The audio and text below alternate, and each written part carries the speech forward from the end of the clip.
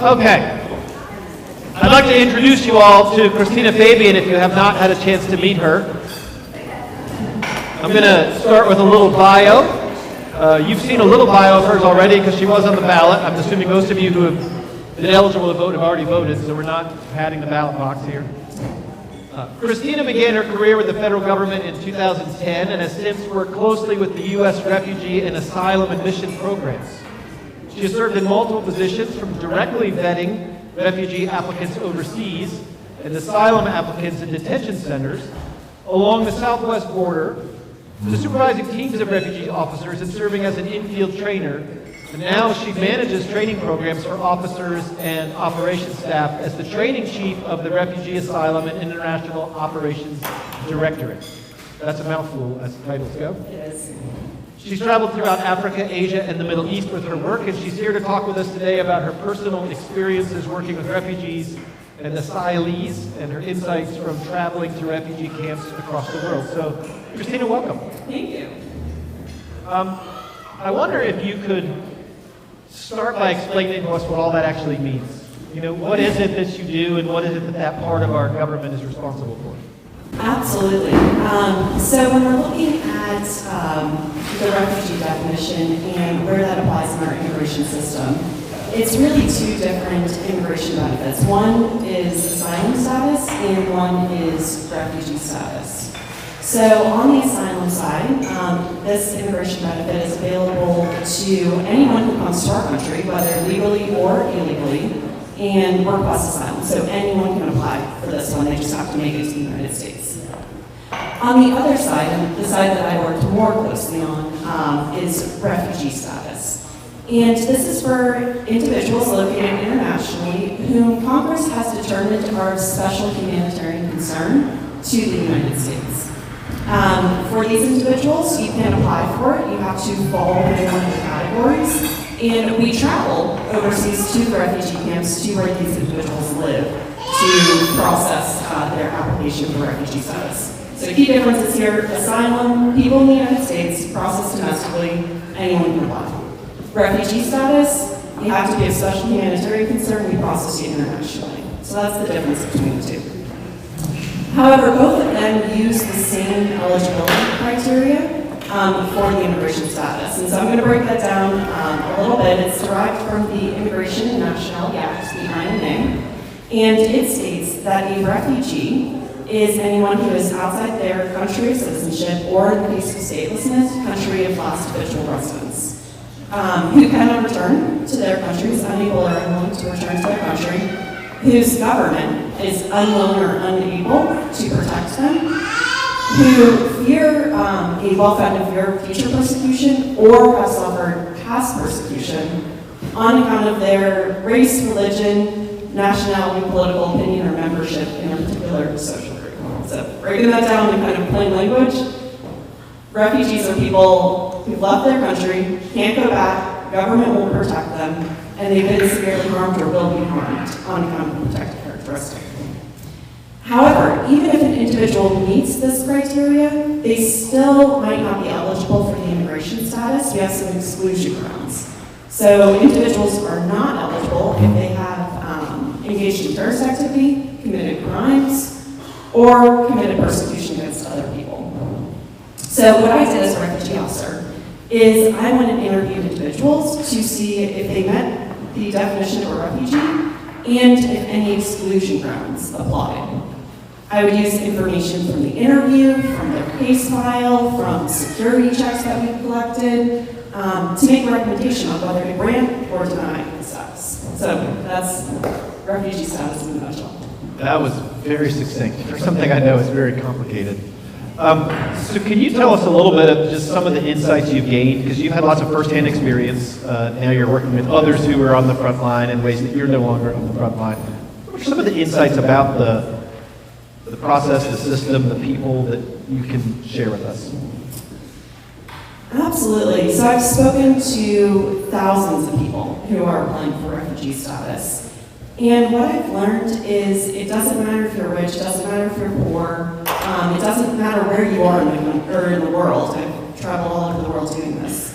You can be affected by hate and greed that cause violence and cause people to become a refugee.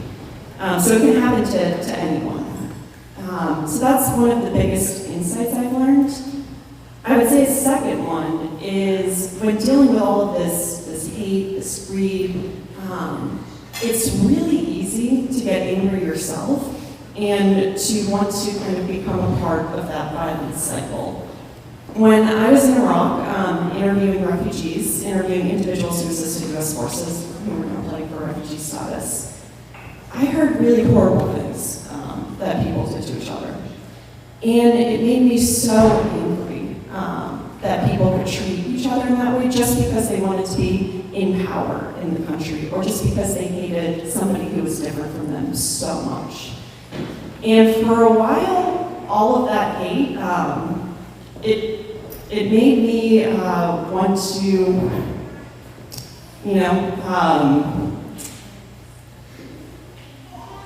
support violence against those who perpetrate that. And so we used to watch from the embassy the helicopters leave to go fight ISIS every night. And I used to think, man, I want to get on one of those helicopters. I just want to wipe out all of this violence. Not from a place of duty or service, from a place of just anger. And what came to me is a speech Nelson Mandela gave. This was after he had become a part of power, and he's speaking to his supporters. And he tells all of them, take your guns, take your weapons, and throw them in the sea. We don't need them.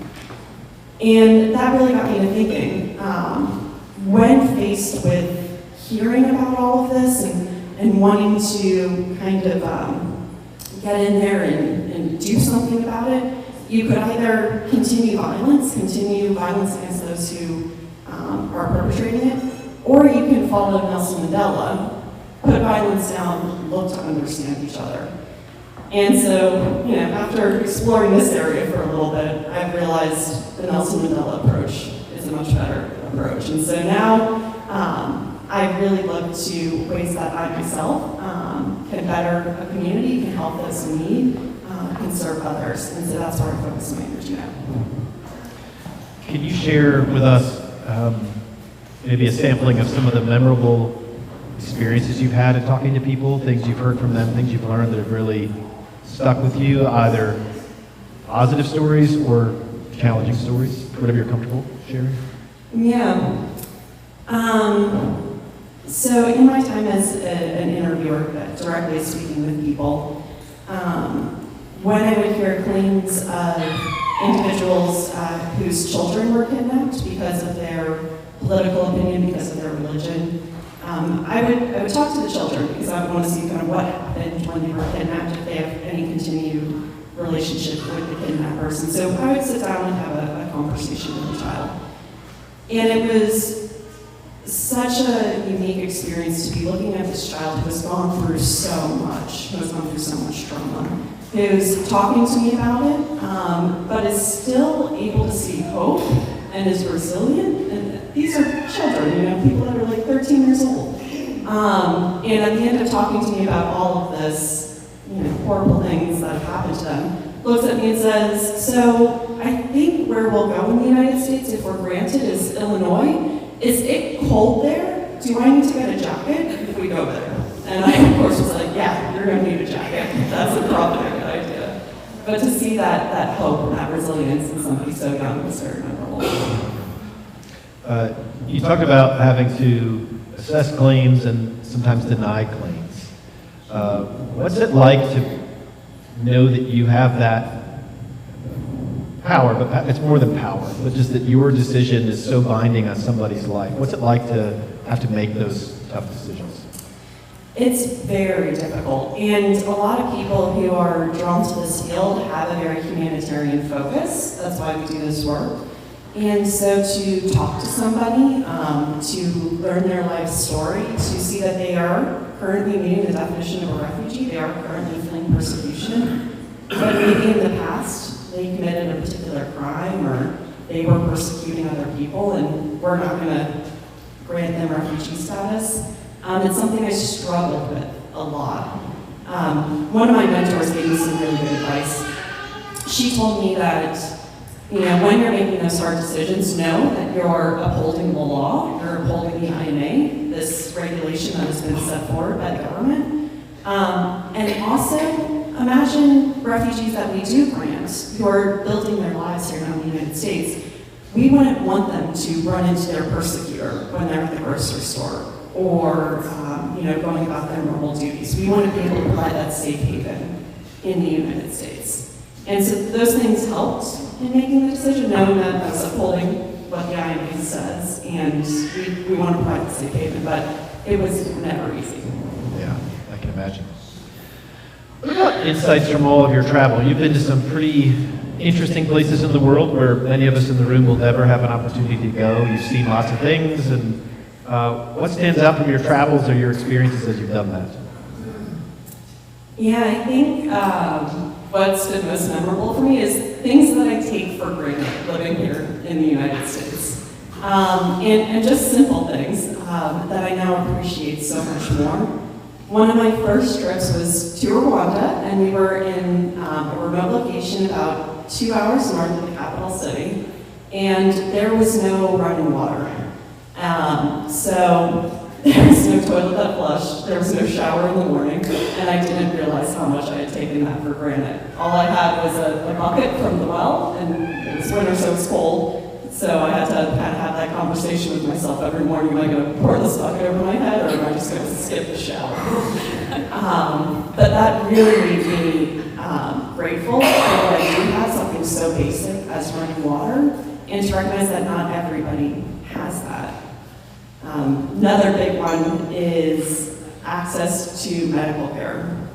When I was in Thailand, I was up by the Burmese border in a remote location, and I got dengue fever. So I called the embassy and I said, I've got dengue fever, my fever's spiking, I'm turning red, what should I do?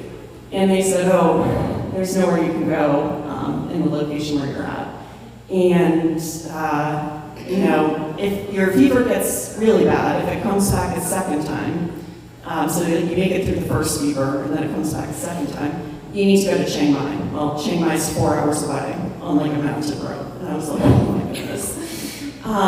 So I had to be there, just in my room, setting an alarm to drink water and just praying that I would make it through the dengue fever.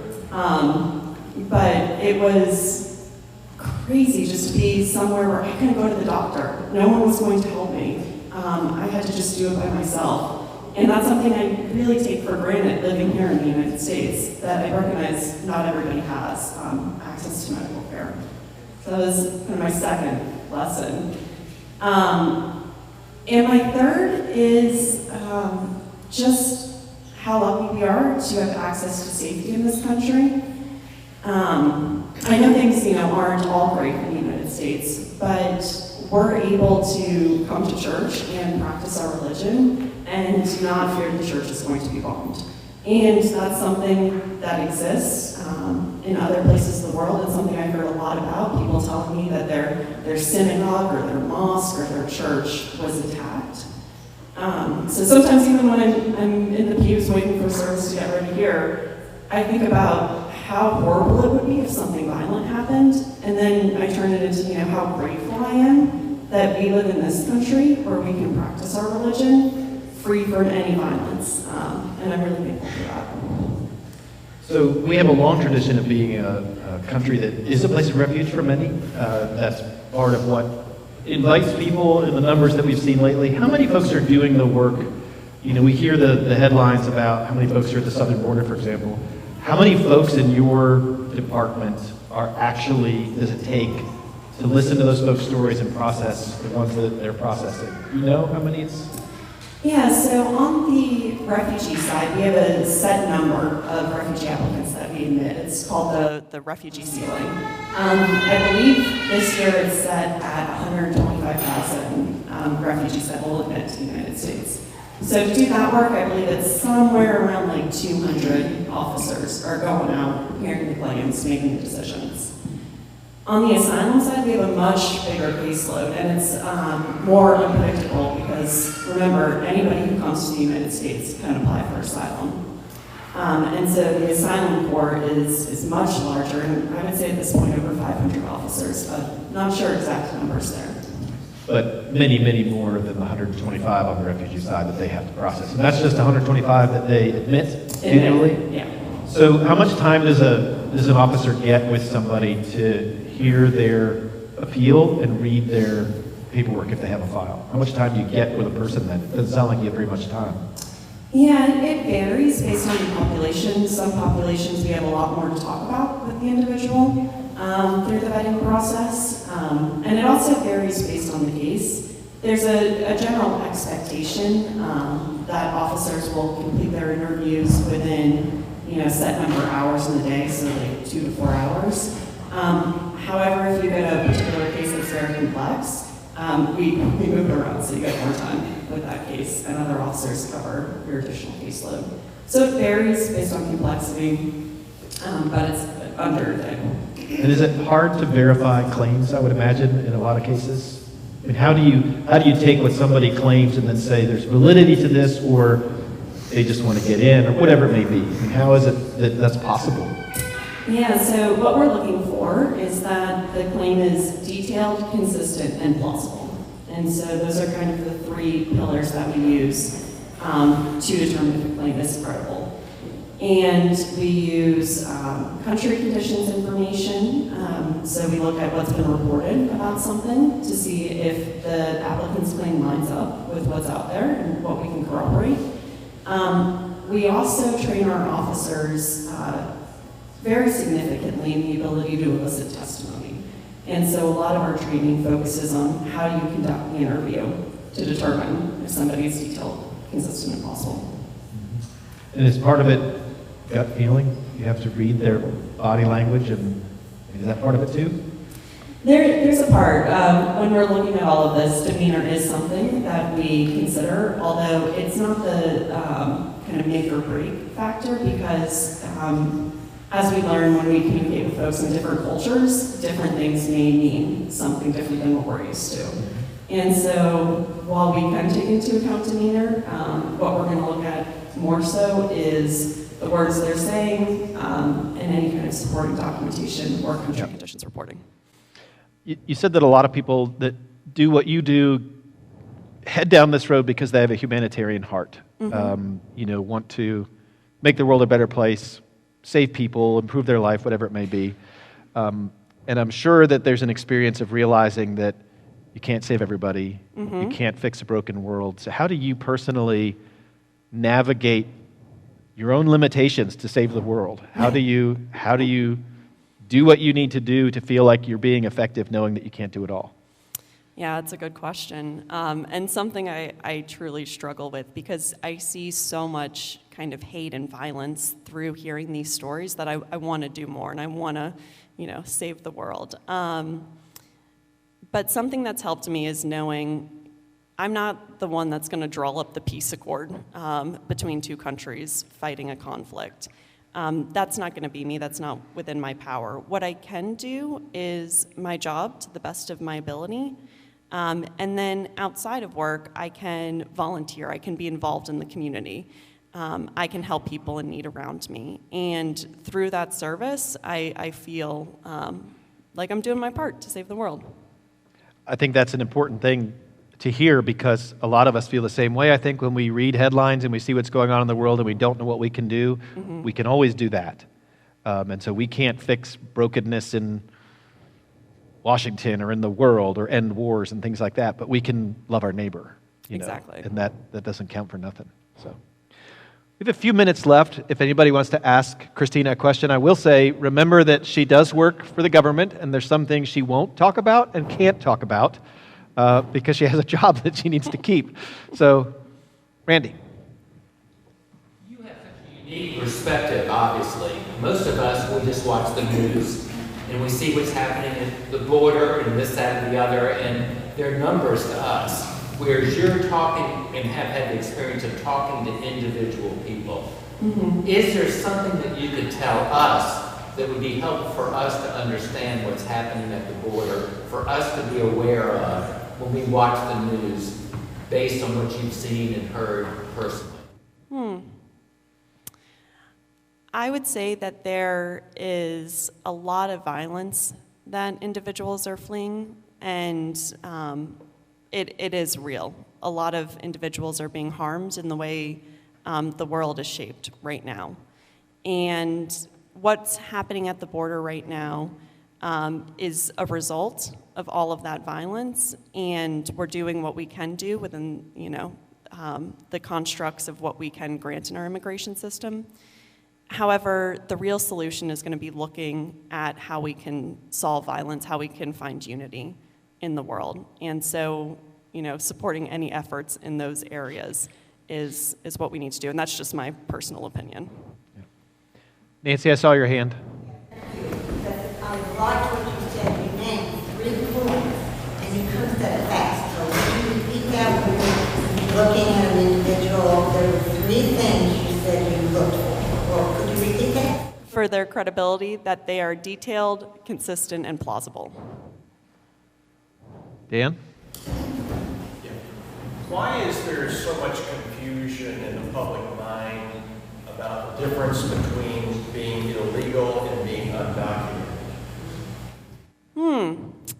That's a good question, and I'm not sure I have an answer to it, but I would say probably something going on here is that it's so political and so politicized that because there are such strong opinions on either side, it's getting in the way of some facts. And so if we kind of take the politics out of it, we could clarify a lot and just look at it objectively. But not sure I have a great answer to that question. You could define it for everybody right now, would be one step. Illegal or undocumented? That's the question. I didn't do as much work on the asylum side. I was more on the refugee side, so I'm not sure I could define it. Yes. I'd be curious about what got you into this job in the first place. It's something that I would never have thought of or thought to pursue. So how did you know about it, and what was your path to entry? Yeah, when I was in college, I studied international politics with a concentration in national security, and then I also studied Arabic and did some Arabic immersion programs. So through that study, I had learned about our immigration system and that this path is available, and I was particularly drawn towards the refugee side of it. And so I applied for a job with my government agency. It's U.S. Citizenship and Immigration Services, and didn't get to the officer position outright. Had to do a couple more positions, but had the vision that I wanted to go to the officer position. I wanted to hear these claims and adjudicate them. How's your Arabic now? Not good. There's time for one more question. So, once you determine that a person is eligible for refugee status, what happens then? Where do they go? How is it determined where they go? Where do they live? What happens? Yeah, that's a great question.